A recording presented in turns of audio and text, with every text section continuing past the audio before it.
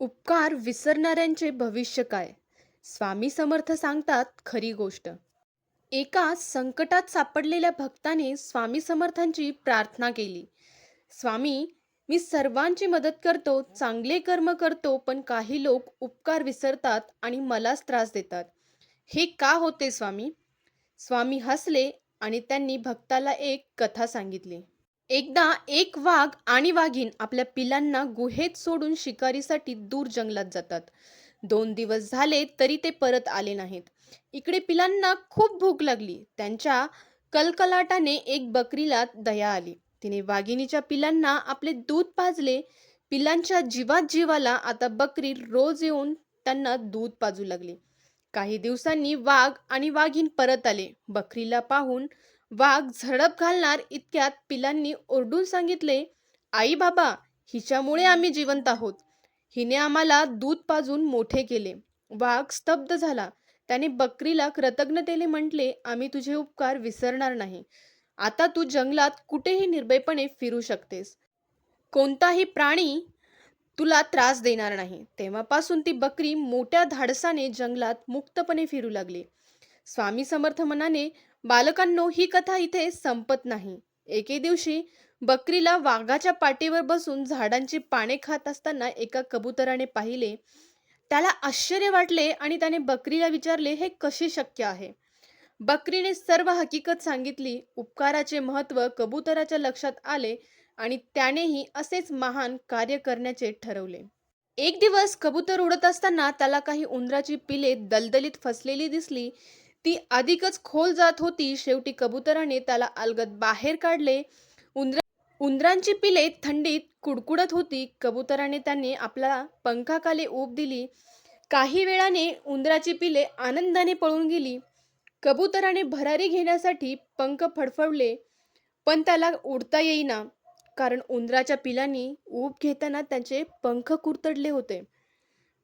स्वामी समर्थ हसले आणि भक्ताला म्हणाले, बाळा, उपकार करायचे असतील तर वाघासारख्या कृतज्ञ व्यक्तीवर करावेत, उंदरासारख्या स्वार्थी लोकांवर नाहीत.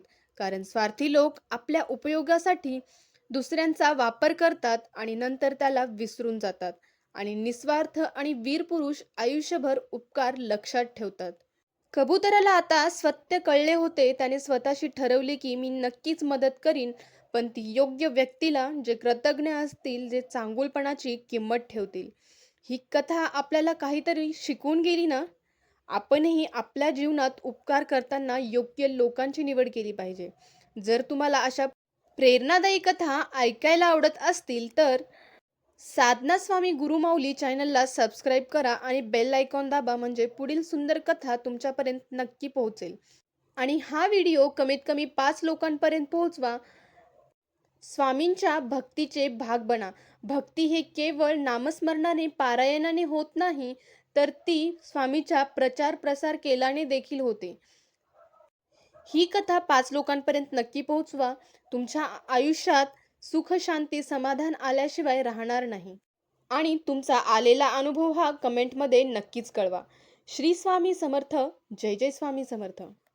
जगी जीवनाचे सार, घ्यावे जाणूनी सत्वर. जगी जीवनाचे सार, घ्यावे जाणूनी सत्वर.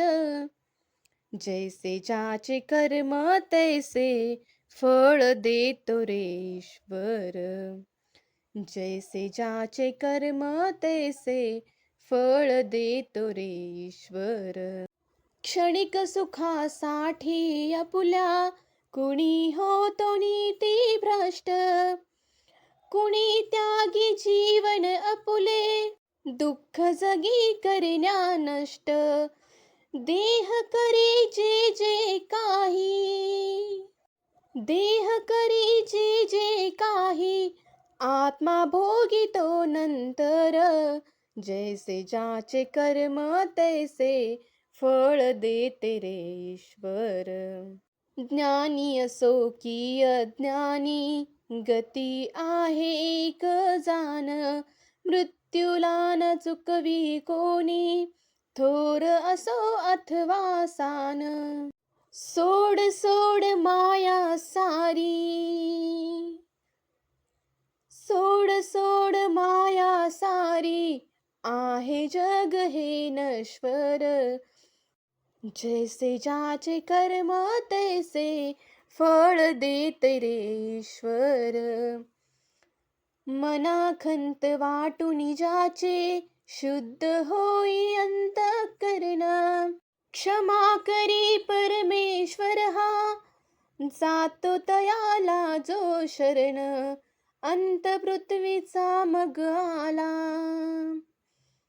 अंत पृथ्वीचा मग आला. युगे चालली झरझर. जैसे ज्याचे कर्म तैसे, फळ देते रे ईश्वर. जगी जीवनाचे सार, घ्यावे जाणूनी सत्वर. जगी जीवनाचे सार, घ्यावे जाणूनी सत्वर. जैसे ज्याचे कर्म तैसे, फळ देते रे ईश्वर. जैसे ज्याचे कर्म तैसे, फळ देते रे ईश्वर. श्री स्वामी समर्थ. जय जय स्वामी समर्थ.